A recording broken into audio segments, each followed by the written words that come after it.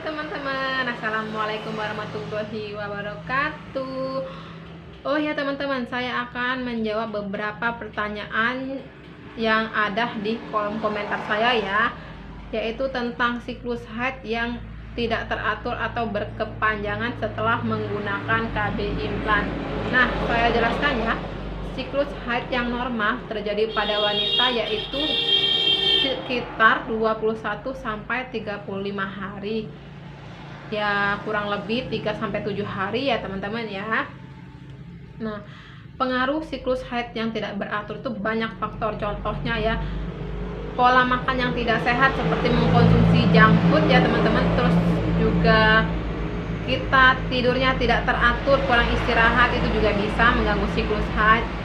Kemudian juga stres, ketika kita banyak pikiran, banyak masalah ya, maka hal yang akan terjadi siklus haid kita tidak teratur karena hormon yang dihasilkan tidak stabil ya.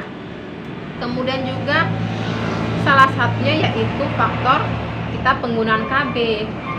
Biasanya sih terjadi pada kebanyakan pasien yang menggunakan KB hormonal seperti pil ya, kemudian juga KB suntik entah 1 bulan ataupun 3 bulan. Nah, kemudian juga implan itu ya teman-teman ya, karena KB tersebut merupakan KB hormonal.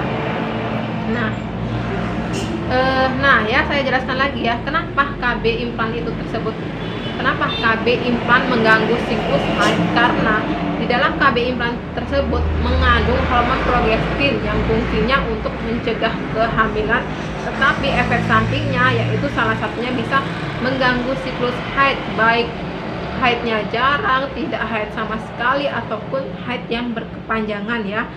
Kemudian juga perdarahan di luar siklus haid, kayak misalnya kita udah halangan nih 7 hari, kemudian tetap mens lagi ya sampai 2 minggu atau 3 minggu, itu hal yang normal ya teman-teman, karena memang efek samping dari penggunaan KB implan tersebut ya mengganggu siklus haid. Kemudian juga kita kurang olahraga, ketika kita kurang olahraga juga bisa mengganggu siklus haid ya.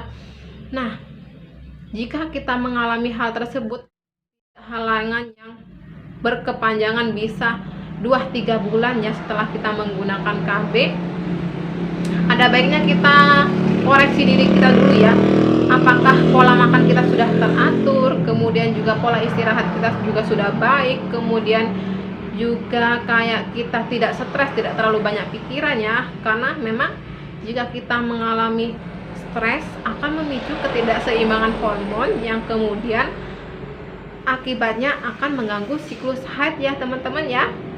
Nah, jika hal tersebut tidak terjadi pada diri kita tetapi tetap kita mengalami haid yang berkepanjangan, kita perlu konsultasi ke petugas medis ya, ke petugas medis terdekat, apakah hal tersebut merupakan efek samping dari KB atau organ reproduksi kita mengalami permasalahan seperti mengalami miom, kista ya. Itu juga penyakit tersebut bisa mengganggu siklus haid atau haid yang berkepanjangan ya teman.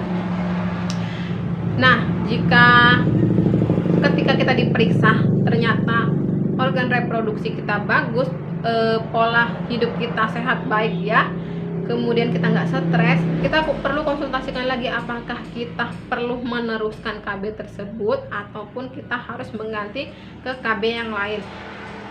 Perlu saya jelaskan sekali lagi ya teman-teman, semua KB yang mengandung hormonal itu mengganggu siklus haid. Jika teman-teman tidak mau siklus haidnya berantakan, ada baiknya teman-teman menggunakan KB yang non hormonal seperti kondom ya teman-teman ya, kemudian IUD, KB sendiri juga bisa ya teman-teman ya. Nah, itu salah satu KB yang tidak mengganggu siklus haid ya. Saya rasa penjelasan saya sudah lumayan jelas ya. Jika ada yang ingin bertanya lagi, boleh komen di kolom komentar ya teman-teman ya. Saya akhiri, wassalamualaikum warahmatullahi wabarakatuh.